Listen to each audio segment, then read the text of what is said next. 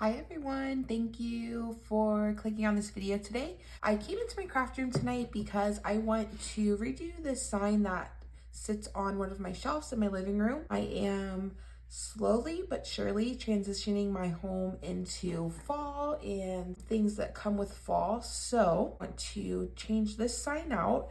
So this is gonna be a little crazy, but just like stick with me here. So I use this frame on my shelf year round and I switch it out seasonally and for like holidays and whatnot. So this sign was a sign that I found on clearance at Hobby Lobby. I think I paid like less than $8 for it, but the frame itself was like bright pink and this was the saying inside, and I actually bought it for my daughter's room. I had it in her room for a few months. It just wasn't working for me, but I loved the frame and I knew that I could do something with this frame, right? So what I did was I painted it white, then I went over it with antique wax and did this whole like faux wood look on. This is how it ended up and I love it. I've had it for like, I made it maybe like a year ago, in it for like the end of spring. And what I do is I just cut a piece of 12 by 12 cardstock. I cut it down to fit inside the frame, and I believe it's like 11 by 11, but I can never remember. So let's move this out of the way and let's turn this over and let's measure this cardstock. So it looks like it's 10.5 by 10.5. So obviously regular cardstock that I have is 8.5 by 11, so it's not quite big enough. So what I like to do is just go in and grab a piece of cardstock that I've for a long time, or I don't think I'll really use. I don't really like the print that much. I'll take a piece of that cardstock, cut it down to the 10.5 by 10.5, and then I will decorate it from there. For this instance, I printed this out, so I had to print it on a piece of 8.5 by 11 paper. So I just put the 10.5 by 10.5 sheet in, like as the black backdrop to my sign. And then I printed this out on 8.5 by 11, 80-pound cardstock. And then I used to use some foam tape. I don't know if you can see, some foam tape to attach the two. And this was in the frame. So I'm going to keep this because this is one that I like to use. It's our monogram, so I like to use that year round when we're kind of in that in-between time when there's really no holiday. I'll just kind of use like those more general type of things, and a monogram is one of my favorites, so I do that a lot. In my paper trimmer here, I'm going to cut this cardstock down. I'm gonna cut it at 10.5, just about there. And then I will just turn it, 90 degrees? 10.5. All right, so jumping into design space, I am going to go to browse all images. I'll go to bookmarked, and I will not even admit how much time I spent today scrolling through pumpkins to find one that I liked, but here we are. I think that this one will be very nice. So I'm gonna bring in this image, and then I'm also gonna go to shapes. I will grab a square. I'm gonna leave it locked because I wanna make it the dimensions of our piece of paper that we have, which is 10.5 by 10.5. It's gonna be the backdrop for our frame. And then let's zoom this out so we can get the whole picture here. So I'm going to bring this pumpkin in, right click, bring to front, and then I'm going to go ahead and size this up, and I'm going to size this to how I want it to look in my frame. So I think that this looks just about good for me. I am going to cut this out of the patterns iron on, but I'm also going to only cut it out of one color. So I'm just going to go over to the side here and I'm just going to hit weld, and that's just going to make everything one color. So cut just like that on my mat. I'm going to go ahead and delete my square because we only needed it for size reference.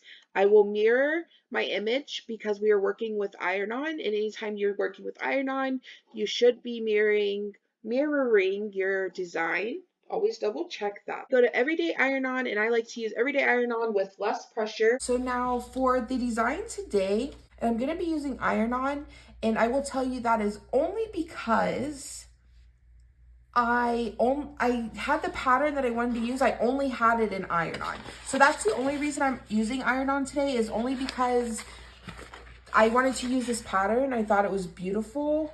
and I was really, really drawn to it for fall. So I want to use this, but like I said, I only have it in iron-on, which is no problem, but just know that normally I would use an adhesive vinyl and it would be just fine. Bringing in my mat, I will just load this shiny side and or pattern side down. So we'll go ahead and get this loaded.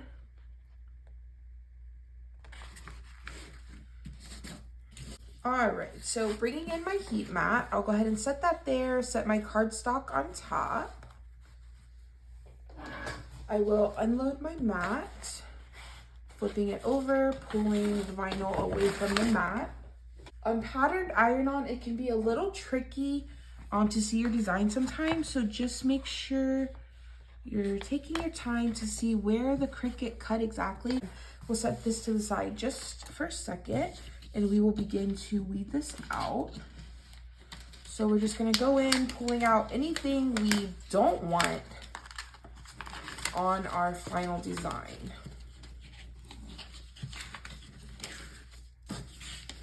And this weeded so easy. This design is a dream.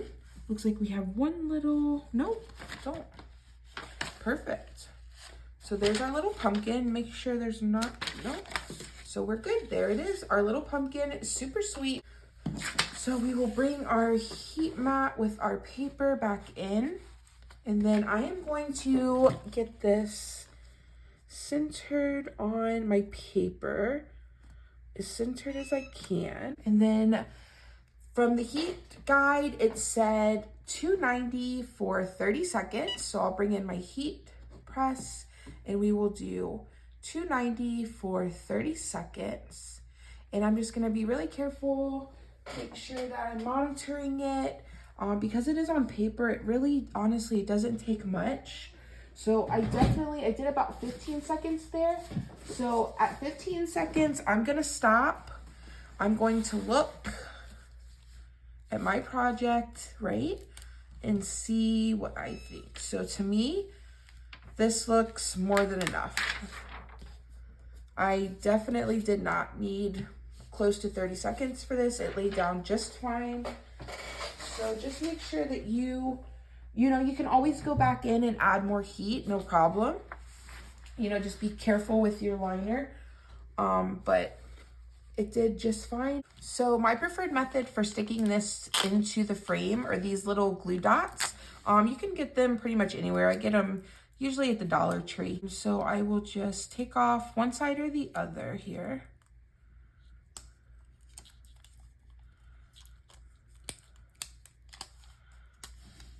And then I start with one in each corner.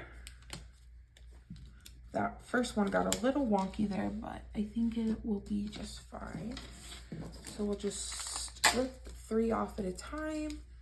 Start with each corner. And then I will also put some in between the corners to keep all my edges down. And then I will also put a few in the center. So now that I'm pretty much done, I'll just go ahead and grab those last 6. Oh, looks like 2 of them are gonna wanna stay there, so that's fine. So we will put one in between the corners, and then I will put these last 2 right in the center, just like that. Bringing back in our frame, I have a little leftover glue there, a little leftover glue here, and a little leftover glue here, and a little leftover glue there. So I'll just take my paper here, and I just kind of set it in the frame, kind of get it centered towards the bottom, and then I'll just put the top and lay that down as flat as I can get it. We'll just kind of get it laid in there, and that's how it came out. I will post a picture on Instagram, so you can follow me there if you haven't, and see the final look. Thank you guys so much for watching. Bye.